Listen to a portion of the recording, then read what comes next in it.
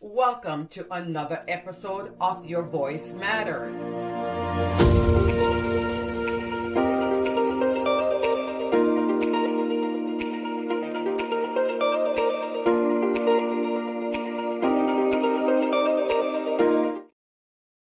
Hello, guys, and welcome to another episode of Your Voice Matters. I am your girl, Viv Cunningham, with Preferred Real Estate Brokers selling the American Dream here in Central Florida. So today we're going to be talking about what are the red flags. What are some of the red flags that you actually have to look out for when purchasing a home? And there's so many different red flags that you need to watch out for. That's why we talk about getting your home inspection done, because the home inspector will help you find out a lot of those red flags. So let's jump right in, grab your pen and your pad, and let's start taking some notes about buying a home and the red flags that you look out for. So, first of all, let's talk about structural. Um, I was putting in an offer today, and I was reading on the realtor remarks where it says that there is some activity of sinkhole or something like that. But if you don't read and you don't ask question, you don't really know what's going on. I talked to the agent about, how difficult it is to get insurance. She said call around, which is what I told my buyer. But a lot of insurance company probably make your insurance a little bit higher when it comes to, sinkhole, activity around the property or something like that. But there's so much red flags, when you're buying a house. Make sure you take your time in order to purchase the right home for your family. So some of the red flags are structural issues, like we just talked about. You can see it from the outside. Sometimes you can't see it at all. That's why you get your independent contractor, inspection company to do a inspection for you.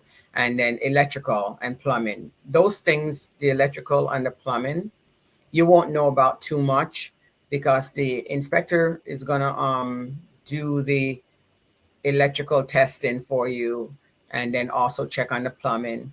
And of course, they're going to give you a lengthy report. The lengthy report might be anywhere from 30 to 80 pages, depending on the size of the home and depending on how much there is to inspect on the property itself. But there's a lot of red flags out there when you're buying a house. Just don't jump right in. And when the house, go in there and you see that they put some new cabinets in there, they put some new floors in there, go in there and walk on the floor and test it and make sure that the floor is level, because I've gone inside so many houses this week where the floor is not level or something like that. But go inside and test and make sure it's level.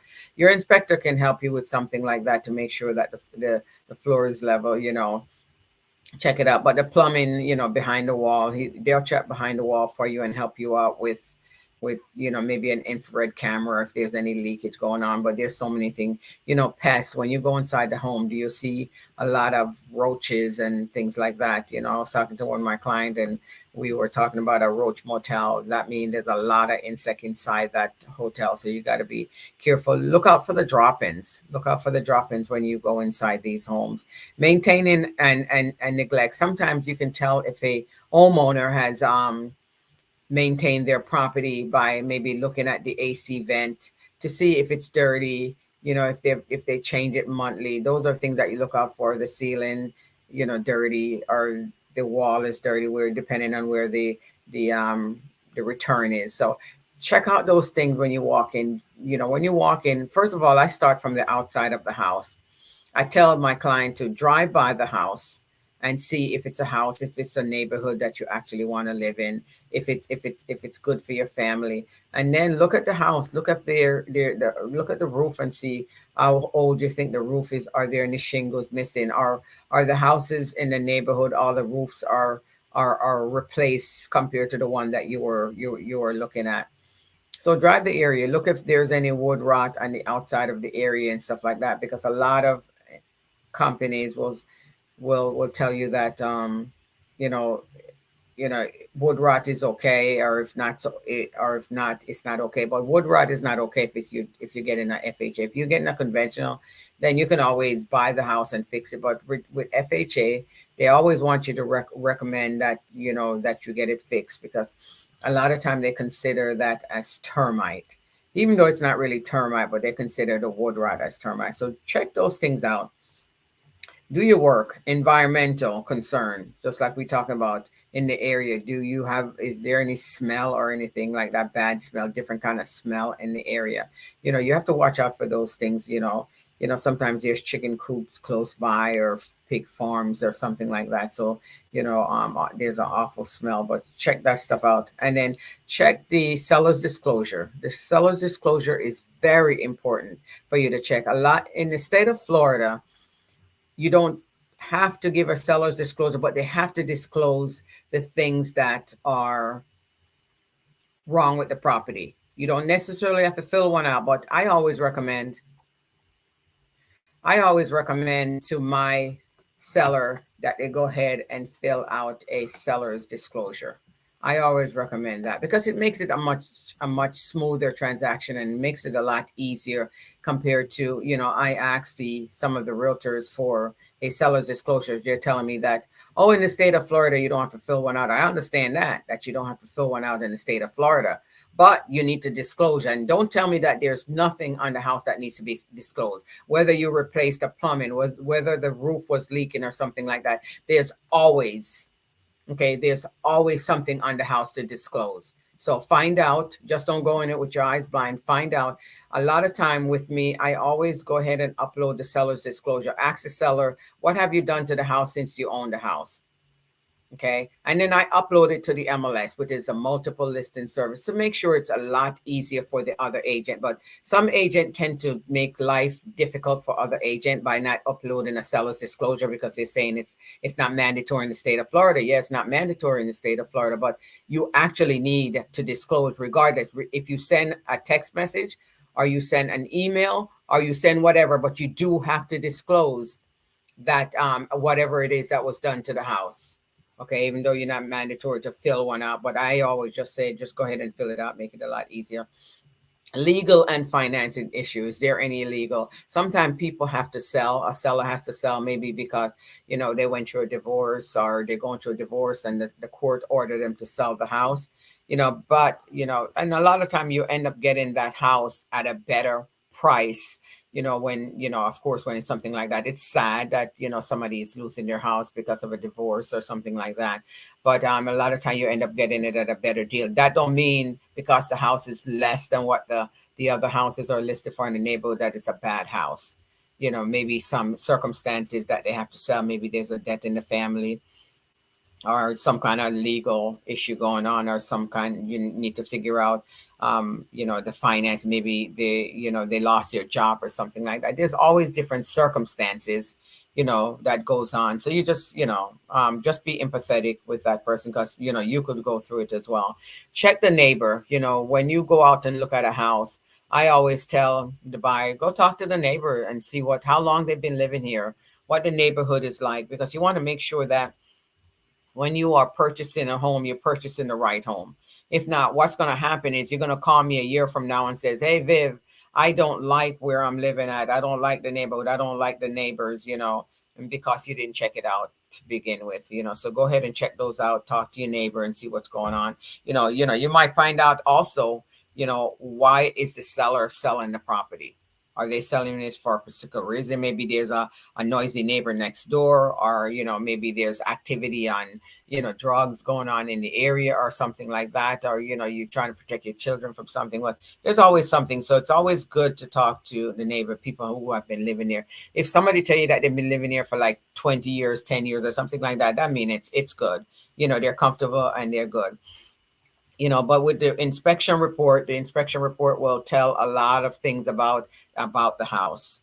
Sometimes some seller go ahead and get it inspected ahead of time so they can fix whatever. I just closed on a house with a buyer, and I'm telling you, it took a long time, and that seller was so patient, and the realtor was awesome. That's why I said it is so important for realtors to work good with realtors, because when we see each other's name across the table, we always say, yeah, that's a good person to work with. But that seller was such awesome. He waited on the buyer for almost 3 months.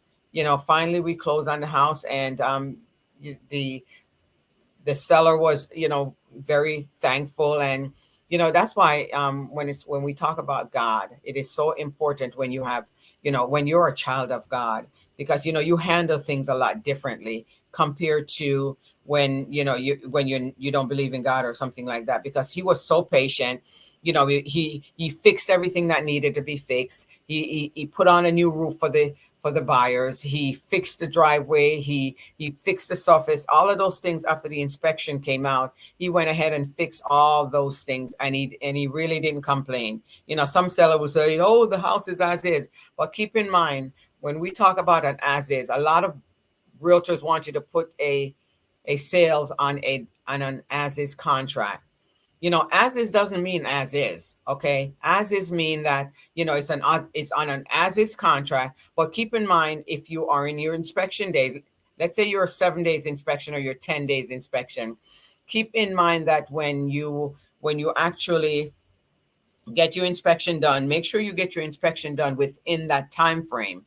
Because if you get your inspection done within that time frame, then what will happen is you can easily cancel your contract if you're not pleased with the inspection report.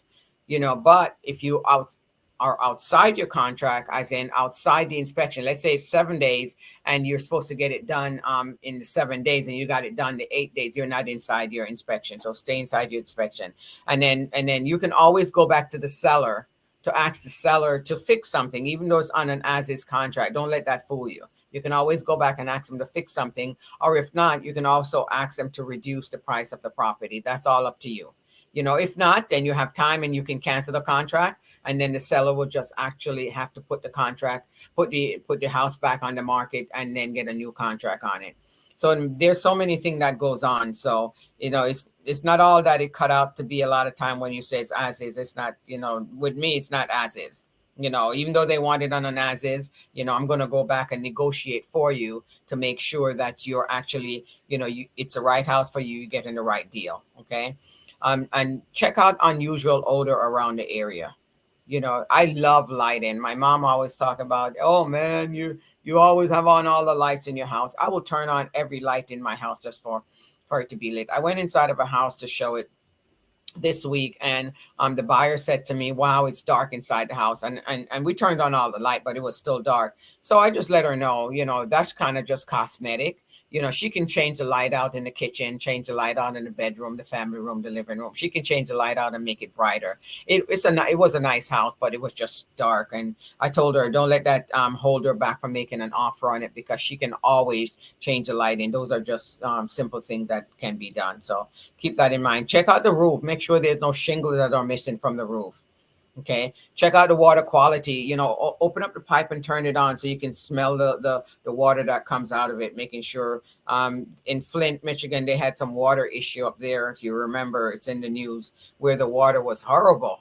But in Central Florida here, we make sure that we lobby for making sure that you guys are getting clean water to drink, because that's really important, because it gives you better health, and it gives you a better sense of belonging in your community. Making sure that you have enough storage, making sure the layout is good on the house. Those are things that you're looking for. Making sure, you can ask a lot of questions. I just had my buyer ask me to ask the seller if they can share the utility bills with her. And then the realtor messaged me back and tell me that why does the buyer wants a copy of the utility bill. It's not necessarily a copy of the utility bill, but they can share about how much does the utility run, because he says that the realtor was telling me that it depends on the usage. No, I understand it depends on the usage, but I'm just going to let you know that I remember my brother had a house here, and he kept his AC, like I'm just going to say 60, because he likes it cold in his house. And when my buyer bought that house, I was not my buyer, was somebody else's buyer, but then she become a friend of mine. Bought that house. Whatever my brother was paying for the utility bill, and keep in mind she was there by herself, along with her son and her daughter, so it wasn't a big family. But they didn't burn a lot of utility bills like my brother did, but they kept her utility bill just about the same. It was really high. I mean, it was really high till she could not even afford the utility bill. And then so she went and talked to them and things like that. And then when she moved into that property, I remember she had to give a huge deposit because the utility bill was so high. But of course, each person is different. Now she kind of get it regulated and talk to the utility company to says, hey, it's only a couple of us are living here. Why is my utility bill so high? And eventually they fixed it. But a lot of people don't really know that. They're just say, oh, why do you need my seller's utility bill? Be compliant. It's not like say we asking you for your social security number. Okay, we're not asking you for your social security number. We're here to protect the public. We're here to help the public, and that's what we're here for. And a lot of the realtors that are in the business, I'm going to say you need to get out of the business, because you know what? You're not here to protect the public, and you need to do better and making sure that the public is protected. But so unresolved insurance issue, there could be insurance issue. So keep in mind that sometimes someone might make a claim on their home, and you might be the last claim you can make on that house, so it makes your insurance higher, and then it also make your house not insurable. So that's an important thing to check out, to ask how many claims have you done on your house, because insurance company actually drop you, actually drop you. The least little thing they drop you for, if you make a claim, they want to drop you. If you do something, everything, it seems like almost everything they want to drop you. But if your roof is too old, they want to drop you. There's so many things that right now in the state of Florida, we really don't have that many insurance company. So what we got to do is we got to do ourselves diligent. We got to make sure that the roof is good. We got to make sure that we do what we're supposed to do. If it's a simple claim, you don't have to do a simple claim. You can just fix it yourself, because keep in mind your insurance they're gonna raise your insurance, and then sometimes they raise your insurance and double it and triple it, and then also sometimes they just go ahead and just drop you. Okay, I'm just letting you know that they just drop you outright. So think about stuff like that. Think about in HOA. Okay, so I had a buyer that wanted to make an offer on a condo this week, and the HOA was okay. It was I think it was like $340 something per month, which is okay. That's an HOA, normal HOA fee.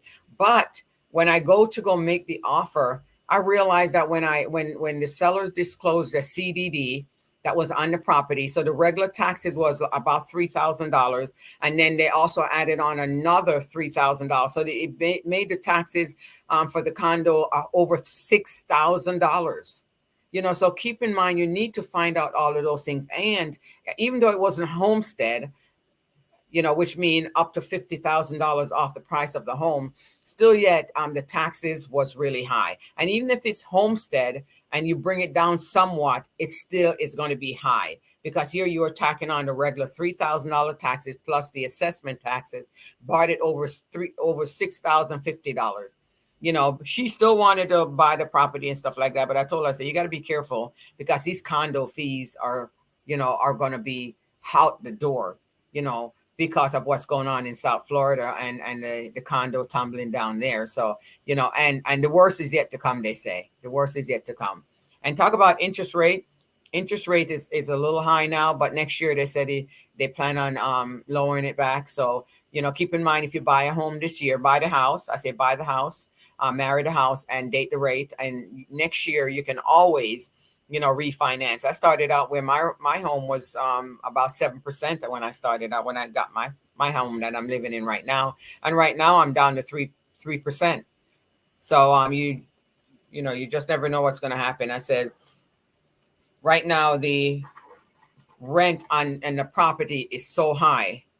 It's so high on some of these condos and some of these apartment and stuff like that. So it's probably just go ahead and better you just go ahead and buy the house. And keep in mind, it's an investment. You can always sell it back. It's not something that you have to hold. But there's so many different and then it talk about gut feeling. You walk inside the house. If you don't have that great feeling of when you walk inside that home, yesterday I walked inside so many home, and I walked inside of it, and my little sensitivity of my little nose is really sensitive. So I walked inside the home, and it, it was the smell that inside those homes. And there's homes that I go in and I come right back out and stand outside. I said, I just have the buyer going because my nose is sensitive when it comes to what if there's mold inside the home or if there's some kind of bad smell, something inside the home. I just walk in and walk back out. If I can stand inside of a home and show it with a buyer, then I tell them, I say it's comfortable, the smell is good. But keep that in mind. And seller don't normally, just like I said, provide a seller's disclosure of what's going inside the home. A lot of these homes nowadays, really and truly, they're just sitting vacant. I've shown a lot of houses yesterday, and majority of those houses was vacant. Because they're just sitting there, and a lot of investors bought up a lot of houses.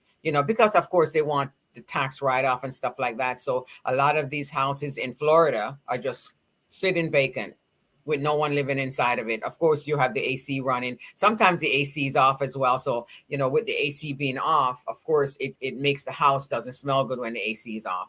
And that's why in the state of Florida, you need AC. You need the AC to be running. Maybe set it up, high at 80 degrees or something like that. But it's a continual flow of air going through the house. So when you walk inside the house, it's not bad. Sometimes they put these little in like these little things inside the house to make it smell good.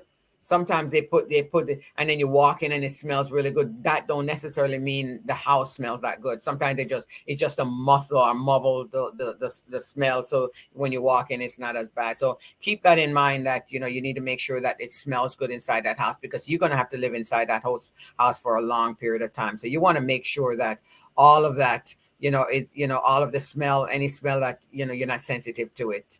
The little young lady that I was taking out, told her, I said, you can be my daughter. I just, tell her things to look out for. Sometimes she asks a lot of questions about the foundation and stuff like that. And she says, is it good for the foundation, for the dirt to be up against the foundation? I say, it's fine as long as it's on concrete block. And if you don't like it, the dirt being so close to the wall, just go ahead and you can always, move it away. I remember buying a house one time, and that's what I did. They had to move the dirt away from the house in order for us to close on the loan, because that was one of the issue that the inspector came up with, that I guess the dirt was like right there, but they just moved it away. That's all. They just scraped it away, and it was fine.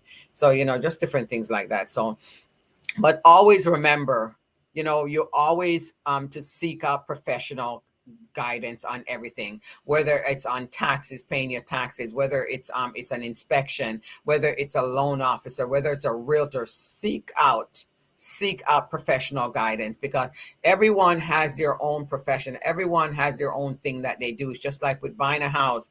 There's so many moving parts to buying a house. There's so many people that are inside that transaction, and everyone is responsible for their own doing. And if one person drops the ball, then we're in trouble. I have a great transaction coordinator that kind of helps me keep on track to make sure that I am not missing any dates or anything like that, because just like we said, if you miss the inspection date by one day, you can lose your escrow, and your escrow is your deposit. You can lose that. And you don't want to do that. So you want to make sure that you're keeping within your contract guideline.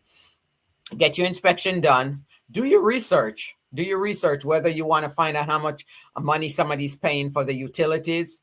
You want to find out how much it costs for an inspection. Don't forget, keep in mind, it's not the cheaper the inspection, the better it is. Okay. And when you're getting your inspection done, I always say, do not follow the inspection company around. Just let them do their job, because when you follow them around, then they tend to miss things, and then it's on you. Okay, because you're there.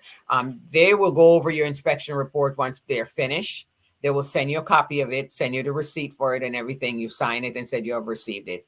So keep all of that in mind. But the inspector is there to help guide you. And it's not like the inspector is not going to miss anything. It's an inspector, and he's just going to look at whatever it is that he can see. He's not going to see everything. He might not be able to see the foundation, because of course the house is sitting on the foundation. The foundation might be cracked, but you don't know that. But we talked about disturbance in the soil of one of the houses that I was trying to put an offer in on.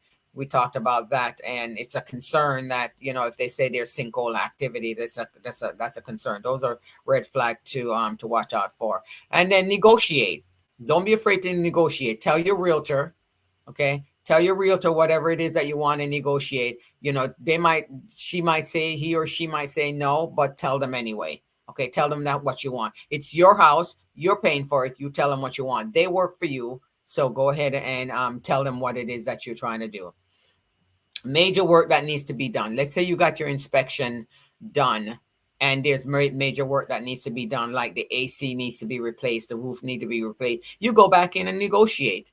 Go back in and negotiate. Tell us, Mr. Seller, Mrs. Seller, they need a new roof on the house, okay? Because the inspector said we have less than 2 years left on that house, 2 years left on that roof. Then go back in and negotiate. Said, hey, I'm going to need a new roof. Are you going to be able to help me with that? Are you going to be able to put that on? The house that we just closed on Friday, the seller went ahead and put on a new roof for the buyer, which was awesome. That's why I said there's so many nice sellers out there. So many nice sellers. So pick the right house, pick the right seller. That's going to help you get some of that stuff. If it's AC that needs to be redone, or something needs to be redone on the AC, or you need a new AC, or it needs cleaning or something like that in order for you to close the deal. If the seller is difficult and the seller does not want to right up front, off back. So let's say you ask a realtor and hey, Mr. Seller, would Mr. Seller be able to replace a roof or fix the AC if something is wrong? And if they say no, it's as is, and they're not doing anything, walk away. Okay, walk away from it, because it's going to cost you, because a roof is not cheap. A AC is not cheap. Those are big ticket items. So you need to make sure that you are getting a good house, a sound house, and it's not a money pit. Okay, make sure it's not a money pit. You should always have some contingency on your contract, whether contingency on inspection, which is 7 to 10 days. So make sure you have some kind of if it's for a loan, make sure that you have a contingency on that. Okay, for loan approval, for appraisal, whatever it is that you want contingency for. Make sure you check out location. Remember that we talk about location. Drive by the house before, during, and after. In the morning, you can drive by, and in lunchtime, and in the evening, you can drive by to make sure that the area is not people hanging out and it's not what you want. The condition of the property, the home inspection, the layout of the property. Make sure that is there natural light there. Okay, making sure that is it a gas community and you want gas? Do they have title issue? Keep in mind, if there's title issue, the title company will fix that. They'll cure the title on that. You won't buy a house that the title is not cured on it. Okay. Do you want an energy efficiency house? Is there enough parking? Those are red flags to look out for. Is there enough parking? Do you have to get home early just to get a parking spot? Do you have to get home early because of that? Making sure that it's affordable. The HOA is good. There's so many different things that you got to look out for. When you buy a house, you should be able to sell that house back when you're ready to sell the house back. Making sure that you're not buying a house that is hard to sell. Making sure that, is it backed up to a highway? Is it on a busy street? Is it on, is there industrial? Is there commercial next to it? Things like that are red flags. You got to look out for things like that. Making sure that home is value. Its value is gonna hold when you buy that property, because you don't want to be buying a house that you buy, but yet you can't sell that house back. It's important that you're able to sell that house back. Okay. Making sure that it's the right house for you, it's the right house for your family. Think about the present, the future, and the needs of the house. Okay, think about how it's going to work for you. If anything happens to you, sometimes we end up getting sick and we need a wheelchair. Is it gonna work out okay for us? Okay, is it close to work? Is it close to school? Because sometimes we drive so far just to get to school or work, and then, oh man, this is killing me. I have one of my buyers that bought a house, and they sell it back because the drive was just too far. So therefore, those are the things that you look out for when you're buying a property. Making sure that the home is not is convenient to you, the location is good, everything is good about the house. Everything should be right about that house when you're buying that house. Okay. And then my thing is, I always says, go to God first. Don't go to you first, because you will always make that mistake and not buying the right house. But go to God first. You're going to ask God, is this the right house for me? And I tell people all the time, I says, when it's the right house for you, God will always work it out that you will get that house no matter what. No need to get bent out of shape because you did not get the house. Okay, if the house had belonged to you, the Lord would have let you have it in the first place. Okay, so no need to worry about none of that. He will let you get the right house. You might put an offer on 10 different house, which I did when I got this house, about 10 different, and I did not get it. But eventually I got this house and it was the right location. I didn't want to move here, but it was the right location, right everything. God worked it out for me, and he will work it out for you. So you just have to be diligent in searching and seeking for him, seeking his guidance. Don't buy it and then after that you saying, God, why you let me buy this house? Yeah, go ahead and seek his guidance first. But anyway, if you have any question, jot me a message below and let me know. Leave me a comment, like, comment, and share. And then I'm here to answer any question for you. My team and I, we look forward to helping you acquire a piece of the American dream. We are here to guide you. Keep that in mind. We guide you, and we guide you the right way. We will not have you make a mistake and buying the wrong house. We're going to ask you all kinds of questions to make sure, is this the right house for you? Are you sure? Are you certain that this is the house that you want? Is it close to your school? Is it close to your church? That's one of the biggest thing that I see when people buy a house and it is not close to their church and they got to drive so far. Keep that in mind, because you have to get up and go. You got to go to church on Sunday, whether it's Saturday or Sunday. Whenever you go to church, you have to go to church. And driving an hour, 2 hours to go to church. If you drive an hour, it might not be bad. But when you drive 2 hours to go to church, after a while, you're not going to want to go to that church.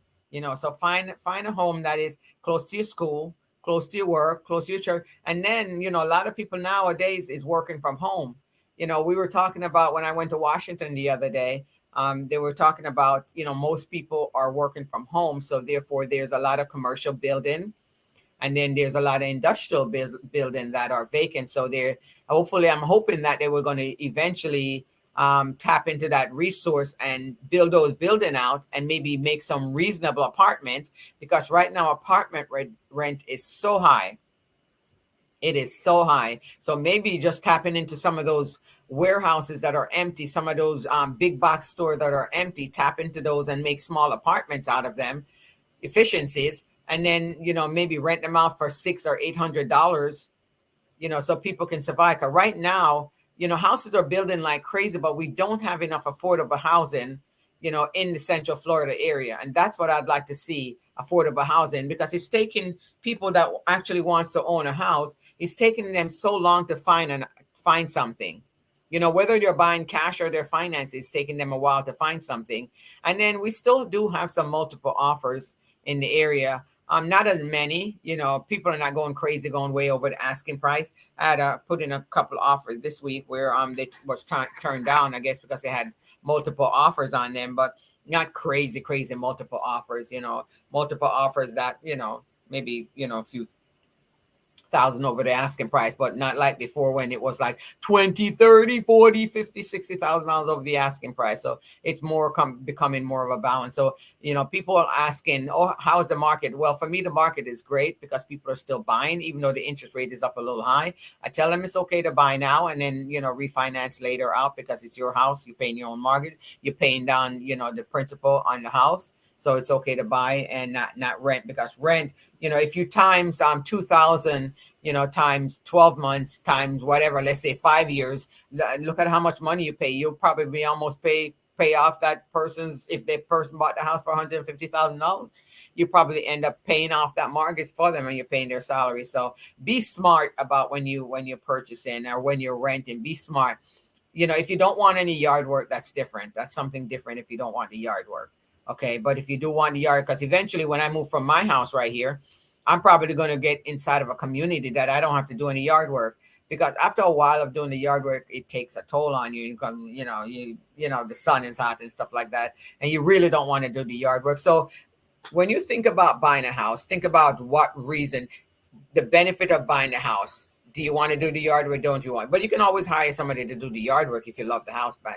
I always say don't fall in love with the house though until you actually get the keys, because all kinds of things will happen.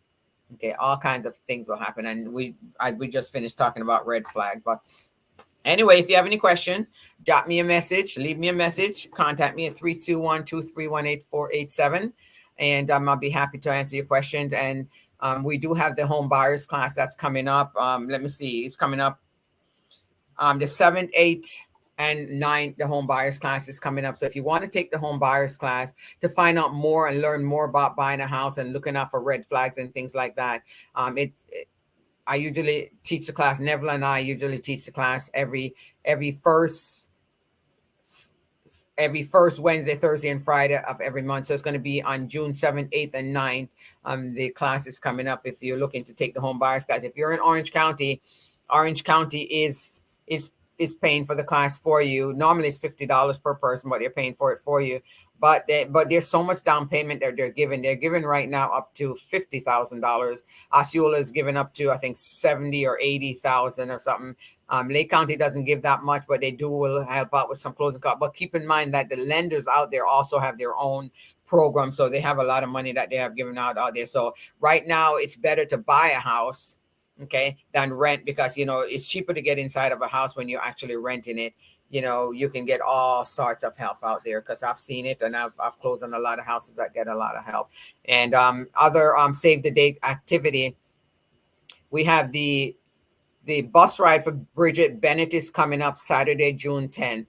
And for the children, it's $25. For the adults, it's $45. Okay. The bus will leave in Claremont at 7:30 and come back. It'll come back 8 p.m. at night. I've gone on it before. I'm not sure if I'll be able to go on it this time. I'm going to check my schedule and see if I'm able to go on it. But that'd be something great to save the date for. And then a big save the date, a big save the date. It is free. It's our Claremont Jerk Festival. It's going to be June 3rd from 12 until 9 p.m. They also have VIP tickets that they're selling. It's free to get in.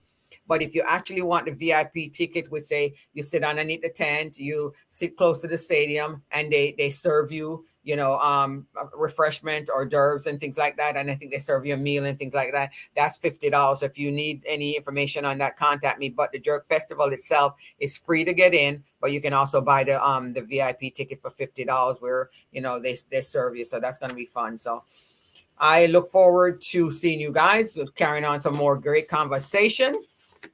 And if you have any question and you're looking to buy, remember, we sell the American Dream here in Central Florida, and we look forward to helping you get into your next home. Keep in mind, remember, it's about getting in the home that you want, the right home at the right time. Okay, don't buy a home that there's a lot of red flags to, because there's plenty of red flags out there.